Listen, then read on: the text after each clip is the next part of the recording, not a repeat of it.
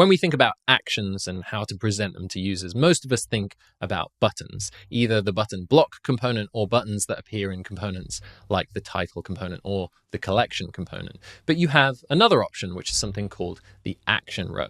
The action row combines information and actions into a neat little compact component, so you can really present to the user what the action does and provide them more context. Each action row also lets you have multiple actions for that row. For example, here we have 2 contacts for this company.